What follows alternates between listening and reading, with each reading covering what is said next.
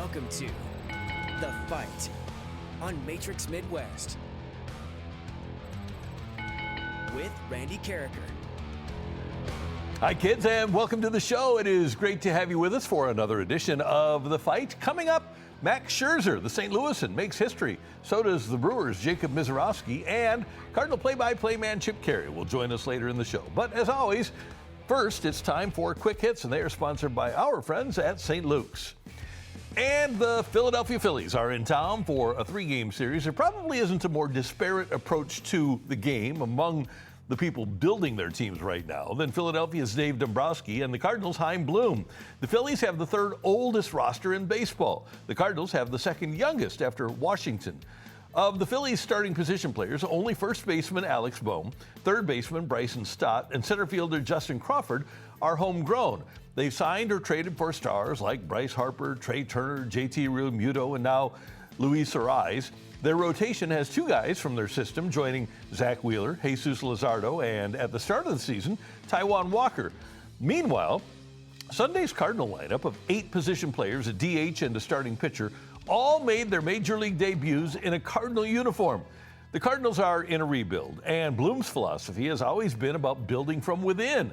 The Phillies are in a great run, building from the outside. The Cardinals are trying to start a great run. Let's see if it works for the Cardinals. And there are different ways to go about it. The Phillies obviously are a big market, big money team. And the Cardinals, at least at the moment, with the way they're drawing and their TV situation, are not a big market, big money team. They have no choice but to play the players that they have and try to develop them as well as they possibly can. But this will be an interesting series because the Phillies, who had an amazing run after firing Rob Thompson and hiring Don Mattingly as their manager, have cooled off a little bit. And I'll be interested to see if the young, plucky Cardinals can handle the old, grizzled veteran Phillies. In the NFL, Chiefs coach Andy Reid says Patrick Mahomes, coming off of ACL surgery, might not play at all in the preseason. Mahomes would like to play and isn't worried at all about his knee anymore. Yeah, I forget about it sometimes. I try to be smart, like I said, but there's just sometimes you get through camp, man, you're trying to compete. Practices are long, and, I mean, you want to win the rep, and so there's times where I do forget about it and just play football, which is a good thing, you know, and then I'll have to do that again whenever we get to the regular season. So it's about just learning how to play with what I got, and I feel like I'm able to move and do the things that I can, and we're just going to keep pushing it and see where I can get it to so I can hopefully get that okay to go out there and play week 1. Don't you just listen to his voice differently now than you did before? The Chiefs and the Broncos play the first Monday night game on September 14th at Arrowhead. By the way, GEHA is gone now. It's back to just being Arrowhead Stadium.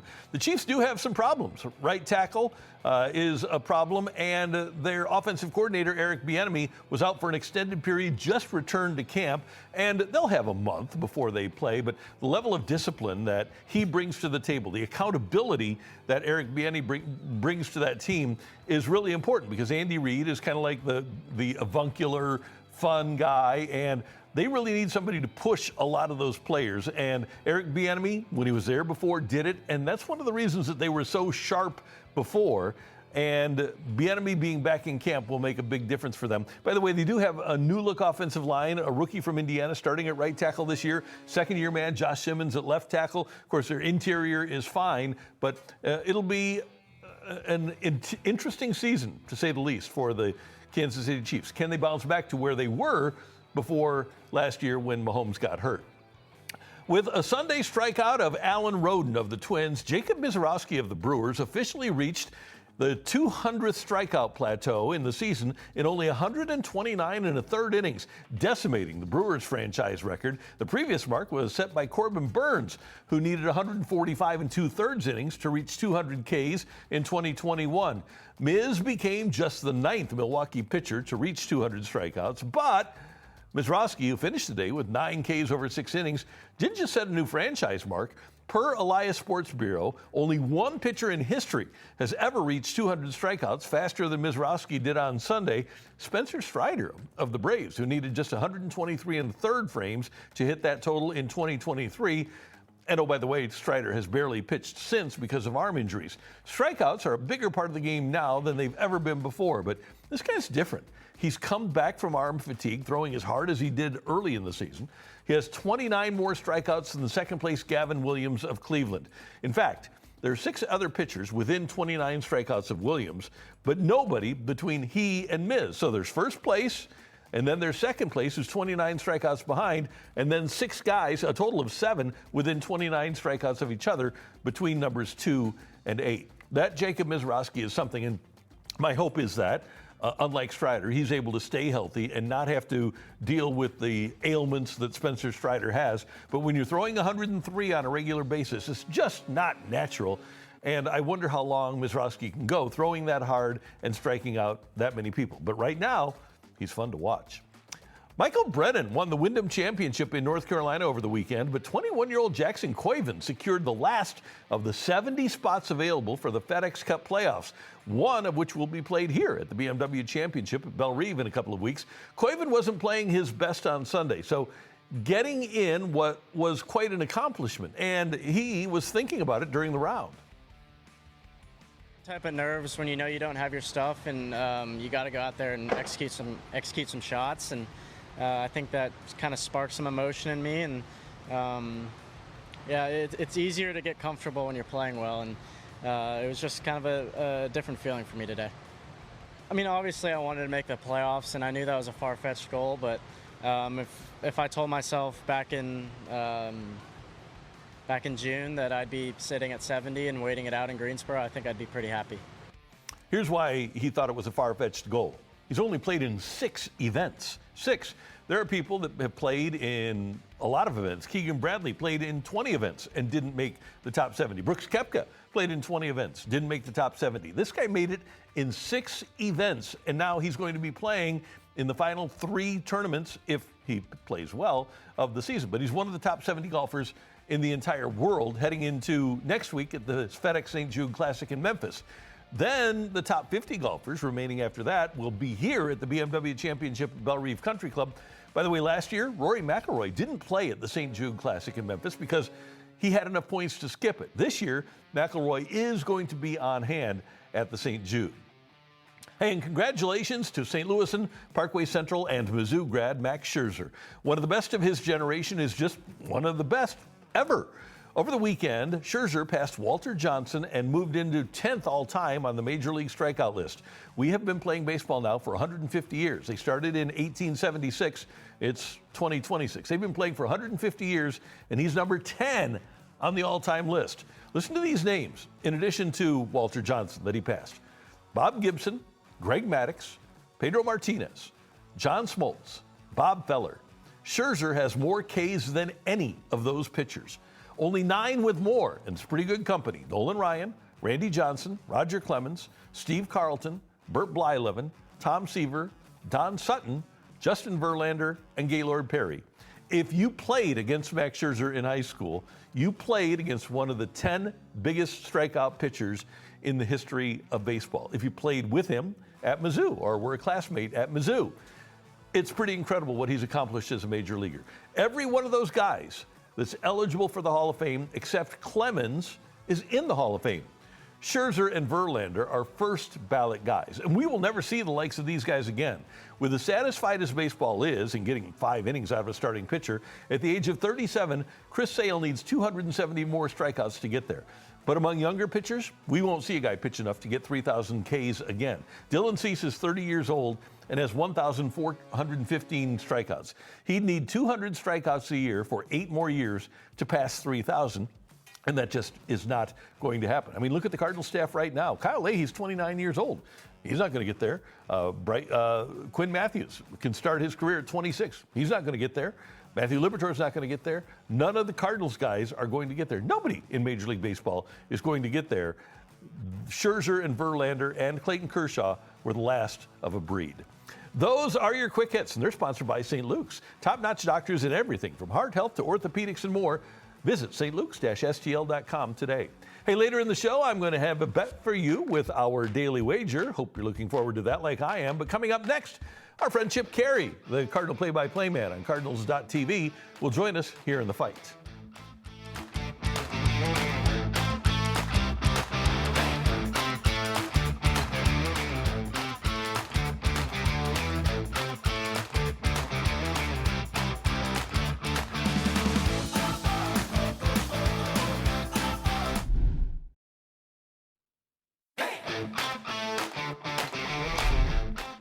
Good to have you with us in the fight, and always good to have our friend Chip Caray join us. He, of course, is the TV voice of your St. Louis Cardinals, and they're back at 500 as we speak and taking on the Philadelphia Phillies. And first of all, Chip, thanks as always for doing this. We appreciate it. How's it going?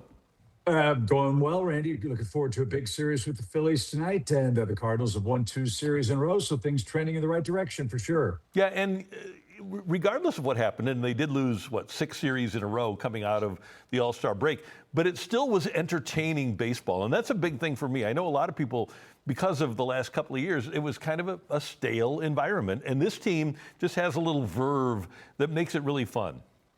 Yeah, they find a way to keep themselves in the games. Yeah, you're right. They went through that offensive lull for about 2 weeks where getting 3 runs was almost a miracle for the club. I think if you look back and really evaluate what was going on behind the scenes, there were some guys that were really affected by going through the Major League Baseball rumor mill for the very first time. Guys were wondering, where in the heck am I going? Am I staying? Will I be a part of this or not? And the human nature part of it, I think, really kicked in. Alec Burleson's one of those guys that I think was very relieved to know that he's going to be a St. Louis Cardinal for the rest of the season and hopefully for seasons to come. And I think his play at the plate is certainly reflecting that right now.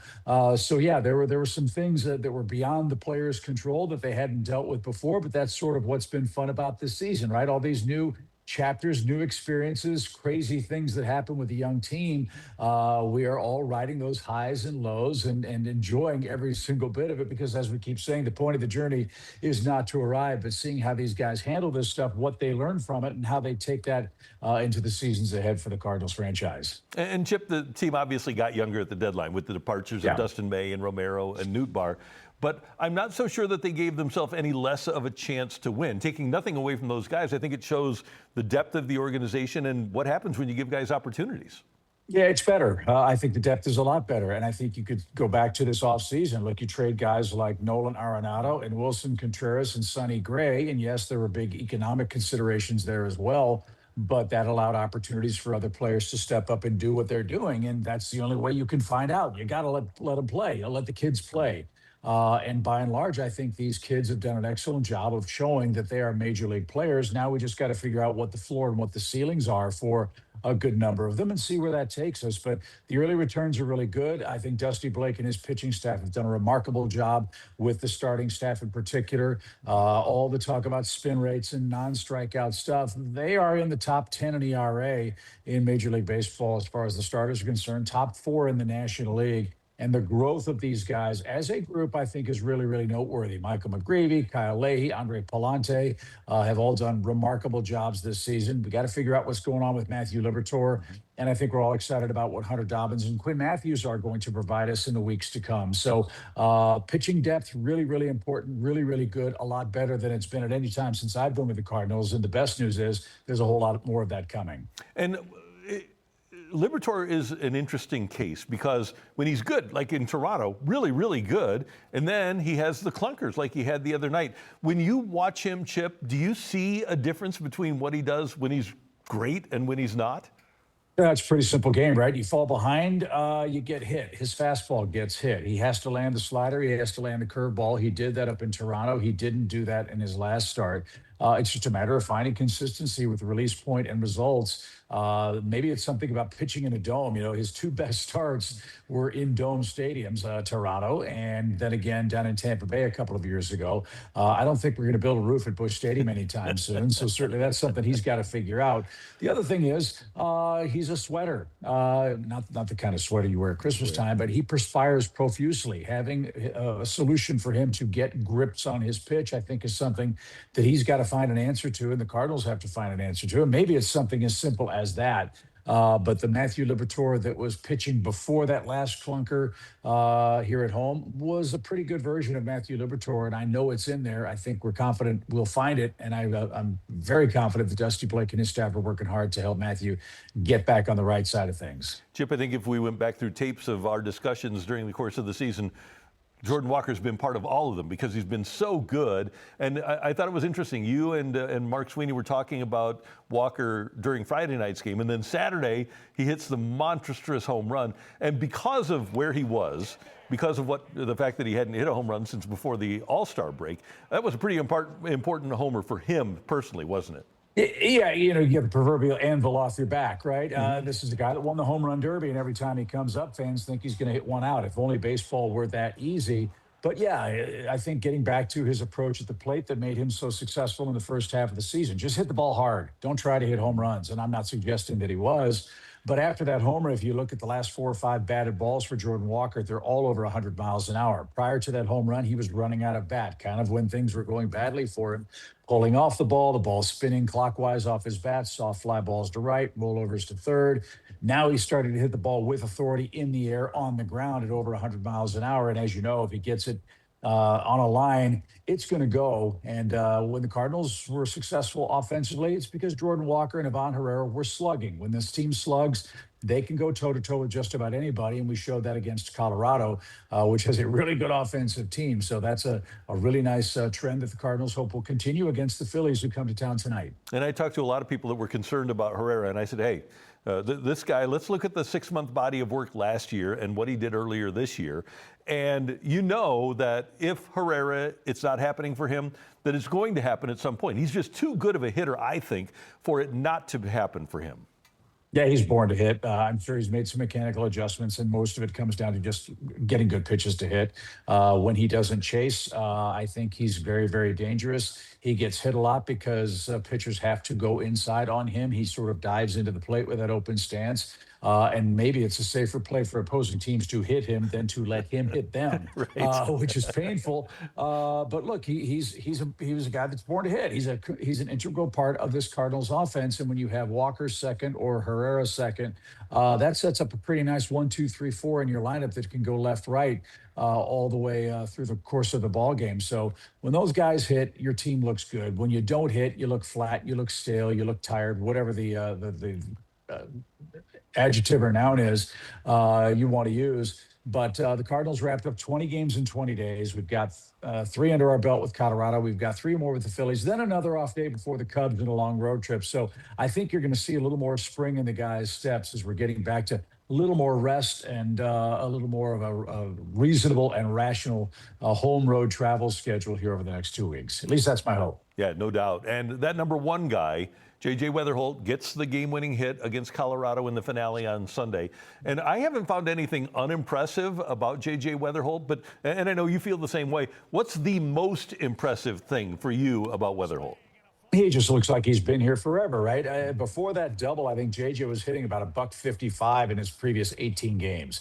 Not a whole lot of slug, a lot of singles, a lot of groundouts, a lot of rollouts. But consistently, he's played great defense. He runs the bases very well. He's still taking good at bats. It's nice to see for him some of the results of that hard work paying off. And look, he's the table setter for the team. It's almost unfair to say that a guy like JJ in his first season as a Cardinal is kind of your bell cow as to how the offense is going to perform. But when he and the team are at their best, it's when he's seeing 5, 6 pitches per plate appearance, when he starts the game grinding out those leadoff at bats to get a feel for what the opposing pitcher has. When he does that, he's really, really good. And the other thing is what you saw yesterday. I talked with Mark Sweeney about it. He was in the flow of the game, but in that 8th inning, it was almost like a pinch hit at bat. He was hunting for a certain pitch, got it on the first pitch, and didn't wait. He took his best swing. It ended up over the center fielder's head for a 2-run scoring double, and that was the ball game. So just the steadiness, the headiness with which he plays, the hard work and the homework he's putting in, and the fact that he's doing this while learning these pitchers on the fly, to me, Randy, is really, really impressive and a sign of great things to come for him and the Cardinals. And by the way, he's always front and center with the media. He's very well spoken. He's mature. He handled his contract extension press conference exceptionally well. He's got face of the franchise vibes, too. Yeah, I don't ever want to put that on a young player. The Braves did that with Dansby Swanson in Atlanta when he first started, and he wasn't ready for that. And I don't think JJ's ready for that yet either. I think he's the kind of kid, I'm not speaking for him, but my impression is that he's more and more comfortable right now being the part of something great than being the face of something great. And I think that's a very important distinction. There's another guy in that locker room that I think deserves a ton of praise too, and that's Michael McGreevy. After his clunker against the Cubs, I believe it was, he stood in front of his locker and answered all the questions and just said, I had no solutions for what they were doing. The Ian Happ at bat took it out of me. I've got to be better than that. There is a great deal of maturity with this group, and I think that stems from our manager, Ali Marmol, and his staff. They hold themselves incredibly accountable. These players hold each other accountable, and I think it's great of them that they're not trying to gaslight the fans. If they have a bad day, they say so. We all have them. They just do it on a very big and bright stage, but I think that makes them even more likable and approachable as people, not just as players. The fact that we're all in this together, and we're all hoping for the best, and when things don't go well, let's admit it, let's try to fix it, and let's move on. And the fact that two of your best young players, two of your best vocal young players are doing that is another excellent sign of the culture that everyone's trying to build here. You touched on something that I want to touch on a little bit, because the reason that we love what we do in this town is the scrutiny that this team has, the accountability that people expect from the Cardinal franchise. But at the same time, and I know that Ollie has imparted this to the ball club, sometimes baseball happens, right? You're going to win 50, 60, you're going to lose 60. What you do with the other 42 is what matters. And sometimes just weird stuff happens in baseball, and that's what makes it so great. Yeah, well, great is one way to put it. Sometimes the manager will say, I really hate baseball because right. you do everything right and you still lose. That's the nature of the game, and that's why it's so maddeningly addictive when you go to the ballpark. You never see anything that mimics the day before, and that's what I think keeps everybody excited about. What will we see that's new and exciting today? But you're right, baseball happens for the good or the bad. Cardinals have been on the right end of a whole lot of crazy stuff. They've been on the wrong end of it too. You just hope that the baseball gods, when they tap you on the shoulder and say, well, we owe you a couple, and they give them to us here over the final 7 weeks. You mentioned McGreevy and J.J. Weatherholt. I'll throw in Alec Burleson. And Agreed. And I think we can throw Mason Wynn in there. You're around this group every day. It seems for the second youngest team in baseball that they're very grounded and mature. Yeah, they're young, but they're not inexperienced. And I think that's really important. These guys are growing together. A lot of them played together in the minor leagues together. They have gone through 3 really tough seasons together in large part. Now we're starting to see them understanding the grind of 162 and how hard this is. It's the toughest marathon in sports. They're starting to understand how important each one of them is to the overall success and what role they're going to play in that. And as I said before, I think they're first among equals, all of them. There's not a leader, there's a bunch of leaders, and they all lead in different ways. They all play their games in different ways, but the ability of them to come together as a group and the ability of Ollie and his staff to mold this core to care more about the old proverbial front of the shirt instead of the back, I think is one of the great successes we've seen so far. And with what's happening in the minor leagues and the way that that is being taught, the Cardinal way being modified in a way, really bodes well for the present and the future. And it wouldn't surprise me that this time next year, we have an even better feel about where the Cardinals are going. And I repeat, and I'm not just spouting a company line, I really honestly believe that they're trending in the right direction, and it's going to come sooner than we think. And when it does, and we're not there yet, but when it does, it's going to be even more fun than it is already at Busch. And one of the things that's going to happen is the bullpen. And you and I were both introduced to great baseball with Whitey. And we found out right away when he came in, going and getting Suter and building that bullpen, how important it is. And we also found out in the 70s how important it was because we didn't have one. And you look now, the top 6 teams in bullpen ERA, 10 of the top 15 are in playoff position right now. And the Cardinals, they can't just have a good bullpen, because to win, and you experience this with your championship team in Atlanta, you need to have a dominant bullpen. But there are going to be some arms that aren't going to wind up being starters here that are going to wind up being really good bullpen pieces. Well, that goes back to the organizational depth we talked about, right? And the way the game is played now, the days of a starter going 7 or 8 innings in the playoff, that doesn't happen anymore. So you'd better have a really good and deep and versatile bullpen. And let's think about this. During this Cardinals run where they were really struggling, they had 1 left-hander in their bullpen. Imagine how hard it is to win in the major leagues with 1 left-hander and 2 right-handed pitchers who were ostensibly left-handed relievers in George Soriano and Luis Gastelum. Ollie did a masterful job of trying to work around that. Now he's got a couple of options down there that give him a fighting chance late in the game to match up with the opposing team's lineup. That's really, really important. And I think you're right. It's going to be high octane. It's going to be different looks, different arm angles. I think all of those things are factors that Hein Blum and his staff are going to look toward. And bullpens, as we know, are the most volatile thing in Major League Baseball. You shuffle them, you change them all the way around. But the old adage is really true, and that won't be any different going forward, I assume. You start the bullpen from the ninth inning and work forward. And the way Riley O'Brien has emerged as a closer for the Cardinals allows Ollie to set things up. But ideally, you'd like to have two more guys who could close out games on days when Riley O'Brien has been used a lot. And the team we're playing tonight, the Phillies, their bullpen is gassed. They may only have one or maybe two relievers available for the opener of this series because they, like the Cardinals, have played so many close and important games. So having that reliable and deep bullpen is something every manager dreams of, and I know it's going to be at the top of Heim's list come the offseason. All right, before I let you go, I want to talk a little career stuff because as I texted you, I was looking for some Joe Torre video, and Yeah. I found that and when he won that World Series with the Yankees, you were with Fox and you did the trophy presentation for Joe Torre, and you had tears from Joe, obviously, because his brothers were one brother had passed away, the other one had had a heart transplant, and he had won his first World Series. What was that like? Because you had known Joe Torre for a long time. I knew Joe Torre. I didn't know him, but I was sort of associated with him through my dad. I was really happy for him because he and my dad were very close. The part of that trophy presentation that was so cool is what happened before the final out was recorded at Yankee Stadium. We were in the clubhouse getting set up for Fox for the trophy presentation. And George Steinbrenner is watching a monitor with the sound on with Arthur Richmond, a longtime executive with the Yankees who got his start in St. Louis with the Browns, PR man. He was a wonderful, wonderful person. And one of our crew members dropped a light and made a big, loud crashing sound. And Steinbrenner looks over his shoulder. Will you shut up over there? He's screaming because he's so nervous about what was going on in the ball game. And I went over to Arthur Richmond and apologized. And I asked him how many World Series championships this was. And he said 3 or 4, whatever it was at the time. And I just filed that away. So when I got Steinbrenner on the dais after Joe Torre got the first peek at the World Series trophy, I said something along the lines, Mr. Steinbrenner, you've won 3 or 4 World Series right now. Where does this one rank? And he starts to cry because he knew what winning meant to him. He knew what winning meant to Joe Torre, what it meant for Frank Torre and baseball and his fans. And to see a guy, this gruff, almost tyrannical owner break down at the most vulnerable moment of his professional life with the World Series championship was a real highlight because it was a peek behind the curtain, as it were, and that was a lot of fun to look back on for sure. And I don't know about you, we both have gray hair now. That sure doesn't seem like 30 years ago. Yeah, I really am mad at you for bringing that. I have to, man. Yeah, but it was fun. Those were fun times. And, to see how far Joe Buck has gone with his wonderful career, so proud of him.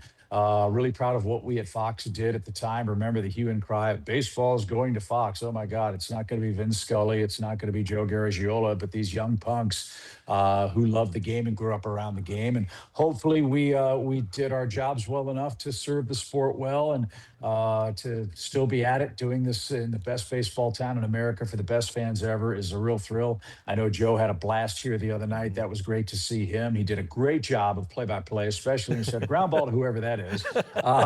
Was a lot of fun. But, now that we're in our dotage, it's nice to look back on those years and say, hey, you know what? When it started, we didn't know anything, but we sure as heck had a good time. Absolutely. And Chip, I love when you're with Mark or Brad, as you know, because I inundate with you with text during the game. I love watching you guys. You do a great job. And we invite everybody to go watch the games on Cardinals TV. Thanks, Randy. We appreciate that. We'll see you tonight. All right, sir. Take care. You too, brother. That is our friend, the great Chip Caray, joining us here in the fight. Coming up in the list, the best current NFL quarterbacks that weren't first-round picks. It's coming your way on Matrix Midwest.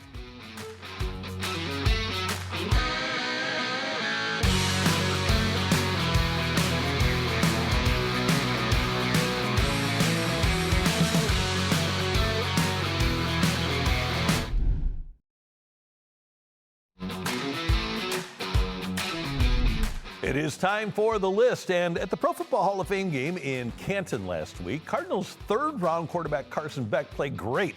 15 of 19 for 188 yards and a touchdown. And people in the national media are thinking he should be the opening day starter for Arizona. With that, the best non-first-round NFL quarterbacks right now. And let's start with number 6, Geno Smith, a second-rounder out of West Virginia, the 39th overall pick in 2013. Last year in Vegas was a disaster for Geno, but in his last year in a competent system in Seattle, Geno was 4th in the league in passing yards and 5th in the NFL in completion percentage. He's passed for over 4,000 yards in a season twice and had another 3,600-yard season, too. And in 2022, Smith led the league in completion percentage, and he led the Seahawks to the playoffs. Now, as you see, he's with the Jets, a second tour of duty with New York, and he's hoping to get them back to a respectable level. And his time with the Jets and the Giants certainly didn't serve him well. But when he was in Seattle, he became a pretty high-quality quarterback, and especially for a guy that wasn't a first-rounder, wasn't highly regarded coming out of college, and didn't have a great start to his career, he's turned into a pretty darn serviceable quarterback. So at number 6 is Geno Smith.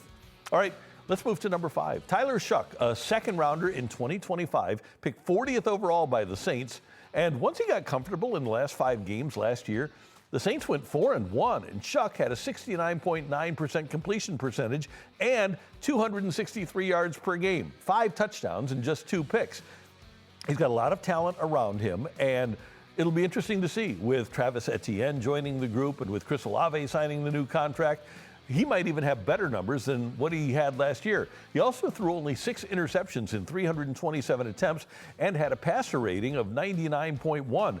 Shough is not a guy that NFL teams obviously expected to turn out to be great. That's why he was a second-round pick. But once he got his feet wet, and by the way, he's playing for a really good quarterback coach in Kellen Moore. Once he got going in the last half of the season, Shough was pretty good, and I think, especially in that division, that he has a chance to be a pretty darn good quarterback that was not taken in the first round. All right, number 4, he's still here. Kirk Cousins, drafted in the 4th round out of Michigan State in 2012. He was the 102nd overall pick, and the Falcons weren't too enthusiastic about letting Cousins recover from his 2023 torn Achilles. They benched him in 25, and he was the backup until Michael Penix Jr. got hurt last year.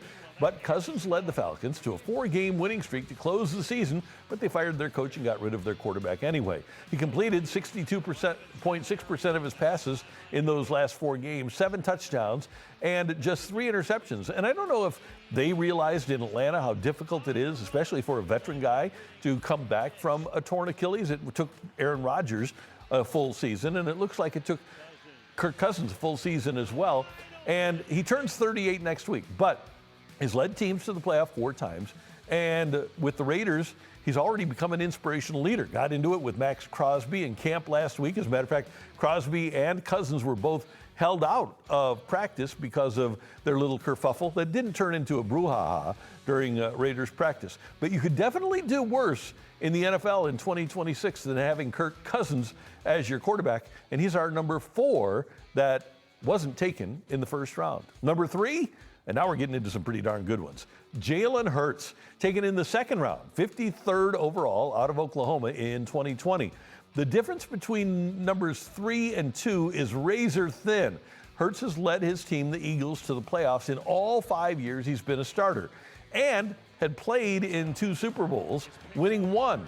In addition to passing for 104 touchdowns in 5 years as a starter, Hurts has run for 60 TDs. He carries the ball about 150 times a year, which is a lot for a quarterback. And as you know, he has perfected the tush push. Part of the reason for that is that he can leg press 650 pounds. Hurts has a ton to do with the success of the tush push. A 3-time Pro Bowler, he finished 2nd in the MVP voting in 2022. And this is going to be a big year with A.J. Brown having been traded. Hurts is going to be throwing to essentially guys that might be regarded as number 2s. They traded up to get Mekhi Lemon in the draft. They obviously have Devontae Smith. They got Dontavian Wicks from Green Bay. It'll be a different group of receivers without that clear number 1. Will Hurts spread it around to those guys, or will he find a guy to lean on? He isn't going anywhere. He's number 3 on this list of non-first-round quarterbacks right now and has a chance to climb that list if he gets back to another Super Bowl. All right, up to number 2. Dak Prescott, taken in the 4th round, 135th out of Mississippi State in 2016. Dak led the Cowboys to a 13-3 record in his rookie year and really hasn't looked back. He missed significant time in 3 separate seasons with injuries, but when he's been healthy, Prescott's been great. His full season averages 66.9% completion percentage, 30 touchdowns, 11 interceptions. Dak has been the quarterback for 5 playoff teams in Dallas, and his defense has been bottom 2 in points allowed the last 2 seasons, and bottom 5 3 times in his career. Time's running out. Amazingly, Dak Prescott is now 33 years old, and now he has dealt with some serious injuries. But at the moment, he's number 2 among our non-first-round quarterbacks in the NFL. He has a terrific surrounding cast. They've changed their defense completely this year, so it shouldn't be a bottom 5. They have a new defensive coordinator that they got from Philadelphia named Christian Parker. They took Caleb Downs in the 1st round of the draft. They took a pass rusher in the draft. They have 2 stud defensive tackles, Kenny Clark, who they got in the Micah Parsons trade from Green Bay last year, and Quentin Williams, who they got in another trade with the Jets. The defense should be way better, and that should give Prescott the chance not only to make the playoffs, but to make an NFC championship game for the first time. Last time the Cowboys were in the NFC championship game, 1995. You realize that since 1995, St. Louis has been in a Super Bowl and won it, been in a Super Bowl and lost it, and lost our team. That's amazing. 1995 was the first year the Rams were here, and that's the last time the Cowboys were in the NFC championship game. All right, so Prescott number 2, and that leads us to number 1. And this guy is so much fun to watch. Brock Purdy was taken in the 7th round, Mr. Irrelevant, 262nd overall out of Iowa State in 2022. And since taking over as a rookie, the 49ers have been to the playoffs 3 times in his 4 years and been to another conference championship game and a Super Bowl. Since he became the full-time starter, Purdy has been 1st in yards per attempt in 2023, 9th in yards per attempt in 2024, and 3rd last season. He doesn't qualify yet, but Purdy's career 8.6 yards per attempt is almost a yard better per attempt than 2nd place Lamar Jackson among current quarterbacks. Jackson is at 7.8, Purdy at 8.6. In 3 playoff years, Purdy is 3rd in game-winning drives in the playoffs, behind only Patrick Mahomes and Matthew Stafford, and trails only those 2 in playoff 4th-quarter comebacks. He's amazing. His era's Kurt Warner, from Mr. Irrelevant to the fight's best non-first-round quarterback heading into the 2026 season, is Brock Purdy of the San Francisco 49ers. That's the list, the best non-first-round quarterbacks currently playing in the National Football League. All right, coming up here in the fight as we roll on, we're going to give you a daily wager, so stick around for that. It's coming up next.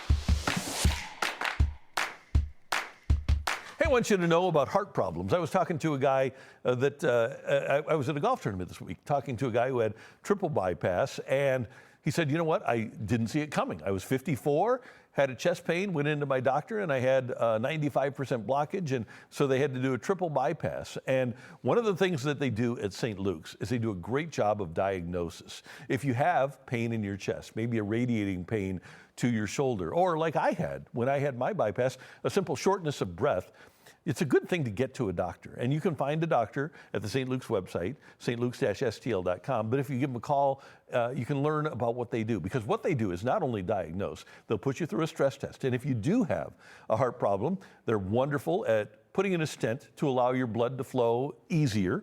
And not only does your blood flow easier, but it makes you feel so much better, and it only takes you out of business and commission for a day or so. Or if you need bypass, you've got the best people in the St. Louis area to do it. St. Luke's has a great affiliation with the Cleveland Clinic, which is the premier heart hospital in America. But St. Luke's is right there in the top 5% of all heart hospitals in America. I got my quadruple bypass done at St. Luke's, and I couldn't be happier with the way I feel right now. They have wonderful doctors. They're cardiologists. My doctor, Morton Rinder, is the best in the business. Their surgeons are wonderful, and then their rehab people are fantastic. So if you have a heart issue, you're going to be taken care of at St. Luke's. Give them a call, 314-205-6801, on the web at stlukes-stl.com.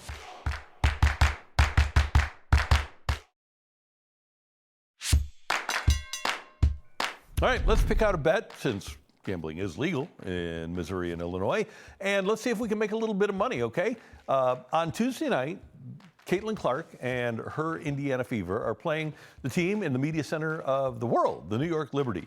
And Caitlin Clark has her ups and downs, but she's played very well of late. And so what I'm thinking is Caitlin's going to wind up with a double-double, probably at least 10 points and at least 10 assists. And what is she to get that double-double? Well, let's go down to double-doubles. And if Caitlin Clark gets a double-double, she's at plus 132 to pull that off. We can make some money with Caitlin Clark getting a double-double in her Tuesday night encounter against the New York Liberty. So let's take care of that. I don't know what's going on with this form, but we're going to fix it. But here we are. We're at plus 132. Here's what we got to do. We just got to do that, okay? And we're going to log in to place this bet, and we're going to put $100 on Caitlin, and boom, there we go. So Caitlin gets a double-double. We get $232 back. So thank you, Caitlin Clark, for helping us out. She's one of the WNBA people we bet on here in the fight, and we hope that you gamble responsibly and make a bunch of money off of Caitlin Clark. All right, that is today's wager. Next up, today's fun fact, plus story time with Uncle Randy, and this date in sports history. Stick around for that next.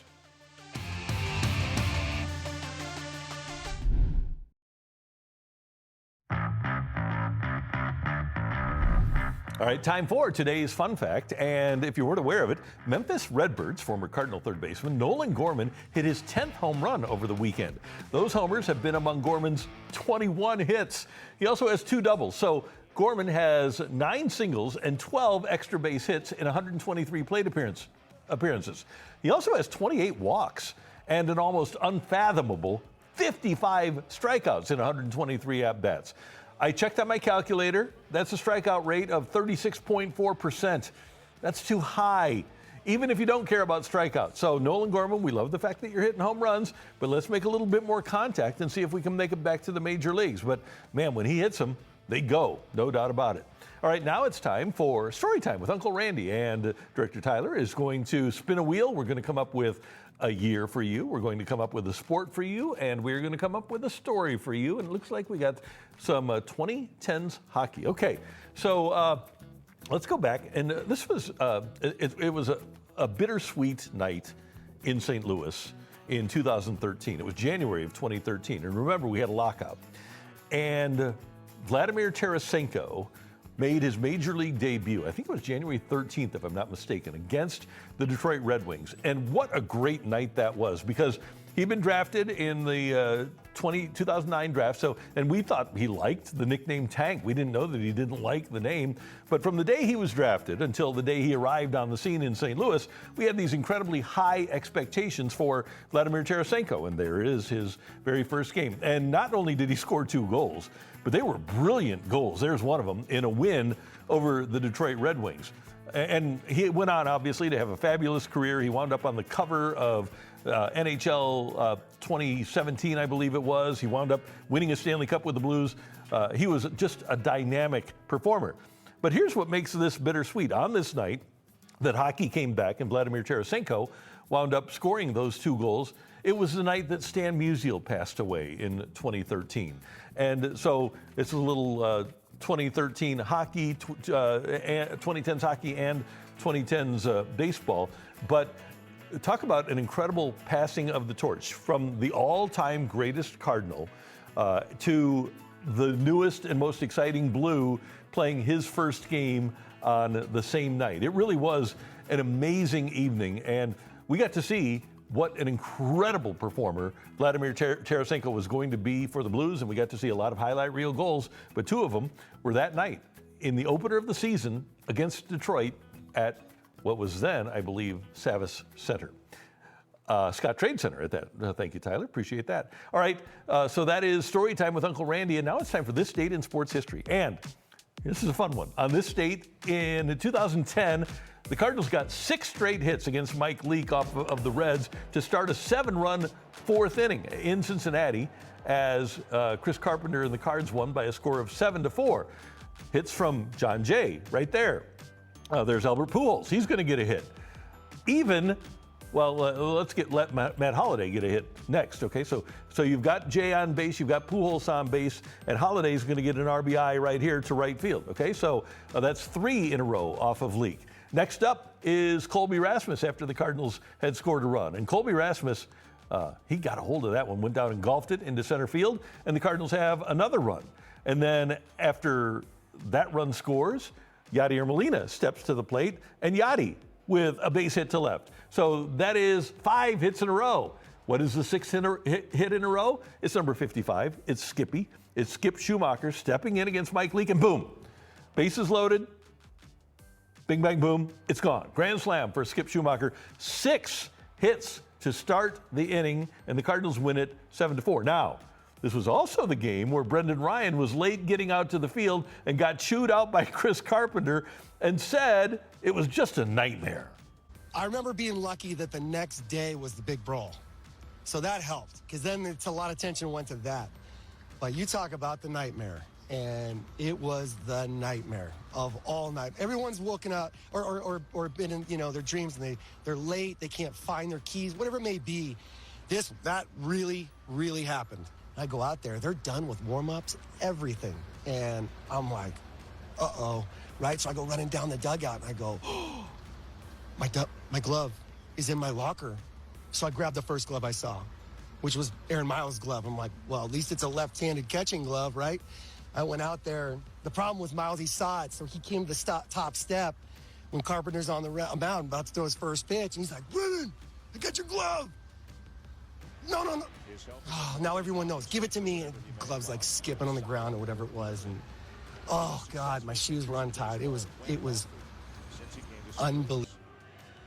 Oh, doesn't get any better than that. That is so funny. And that was Jim Hayes with Brendan Ryan back on the old Bally Sports Midwest days. And then, like Ryan said, the next night there he is getting his own glove. And on the ESPN telecast, this is Sunday Night Baseball, they're saying, well, maybe a string broke or something like that. They had no idea that he was late. And look how ticked off Carpenter is. And Carpenter actually did pull Brendan Ryan down into the tunnel after this inning was over and chewed him out a little bit. Yeah, but Chris Carpenter, 6'6", 230, that intense. And we know how intense Carp was. There he is pulling, come with me, young man.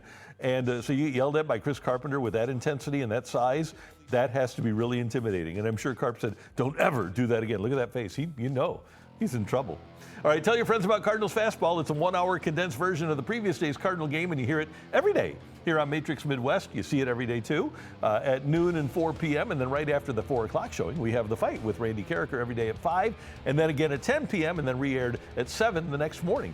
And you can catch us on the Matrix Midwest app, to Bluetooth the show in your car if you want to do it that way. And we do The Fight every Thursday, so you can sign up to play at matrixmidwest.com or just email us at thefight@matrixmidwest.com and say, hey, I want to participate in The Fight. We record that on Zoom on Wednesday, so you can be with us. And we appreciate Chip Caray taking some time with us today. Let's go Cardinals. For our director, Tyler Klaus, I'm Randy Carricker. Thanks so much for joining us, and we will see you next time in The Fight. So long, everyone.